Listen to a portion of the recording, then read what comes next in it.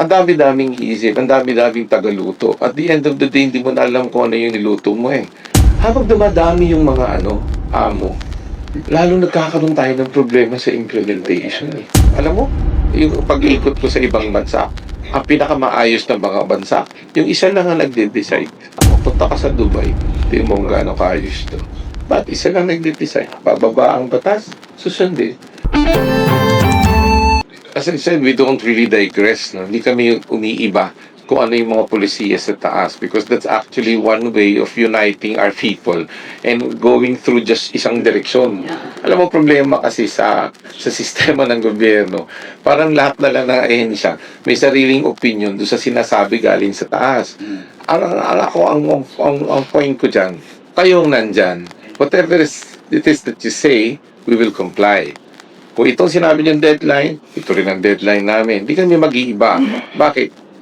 Kayong nandyan yung paggalang natin sa kung sino nakaupo, ano man ang political color mo, should never vanish, no? Should never be diminished. Kasi the moment that you create maybe another avenue apart from the direction ng nasa taas, you create more possibilities of pagiging digress, no? Yung pagkakaroon ng ibang direksyon na magiging dahilan kung ba't hindi uusad yung Pilipinas sa sakul. Dapat comply tayo from the top. If that is the rule, dapat pababa. Yun ang rule. As a mayor, if I say this, I expect all the capitans to follow. If you have some issues with me, discuss that. And then maybe I can make some amends. Otherwise, I would expect you, kasi nasa ilalim ko kayo, sundin niyo ako. That's the only way na magkakaroon tayo na isang sagwan.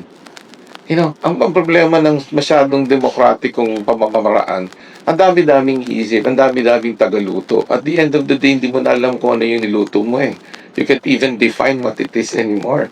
Bakit? Wala yung factor ng respeto doon sa nakakataas. If LTO says that is the way to do it, then sila ang may mandato dyan, susunod lahat kami. That's the easiest way to govern.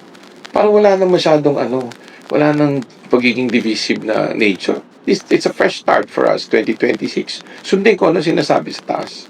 Sabi ko nga, naman, imagine mo, kung gano'n na magiging setup mo, paano mapapatupad siya ng maayos? Hindi pa nga nagsisimula, meron ng hindi pwede, meron ng special, meron ng exempted. You know, those things actually make life more difficult for all of us here. Sila tinalaga natin, sila yung mga nandyan, sila yung in-appoint ng presidenteng nanalo.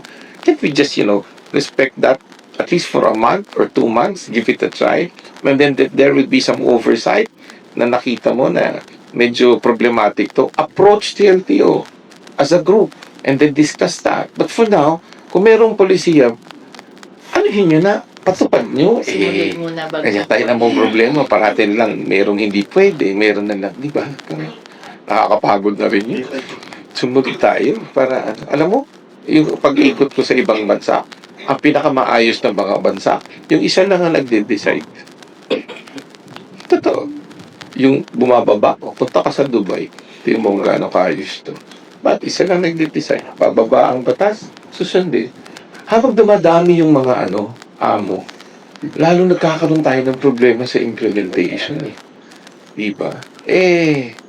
Baka ewan ko, baka yun lang ang paradigm ko kasi. Actually, there's no total deprivation of them moving around. May mga lugar lang na napapawal sila, di ba, sa mga malalaking lansangan. So, and most of the e-trikes here are actually privately owned for personal use. So, kaninang mode of transport dito sa amin, sa bayan namin is tricycle. So, yung e-trike, I think most of them were acquired para sa sariling mga pangangailangan ng mga taong gagamit noon. No? Anong gagawin ko? Panonoodin ko sila. Titignan ko kung anong sitwasyon. Malalaman ko naman kasi kung nakapektuhan silang scrappy or there's actually a way to do it. Pero hindi ako aangal sa day one. Pababaya ko lang, makita ko. Ano ba, sa pakitinamaan, ano ba pwede natin gawin? Is there a way na pwede kong buksan yung ganitong kalye para hindi na kayo dadaan at pa-avoid natin yung pinagbabawal ng national government? Is there a way na sa oras na to, kayo lang ang makakataan dyan? Meron ba exclusivity? I can only see it when we start complying. Kasi hanggang hindi mo nakikita yung epekto, baka naman hindi ka naman ganun ka-apektado. Pati ilan lang naman yung major nating streets dito. At lahat ng major streets natin dito, meron namang parallel na mga interior streets na pwede kayong dumaan. So kung pinag-usapan pa yung mga 2 meters at 3 meters na natawid doon, pwede naman kayo. Pero, ang importante, susunod tayo. Sumunod tayo. Bigyan natin ng chance yung national government na ipatupad yung something that they feel is necessary para mas maging safe ang lakbay ng mga tao sa buong Pilipinas. Always presume na inisip na kaya.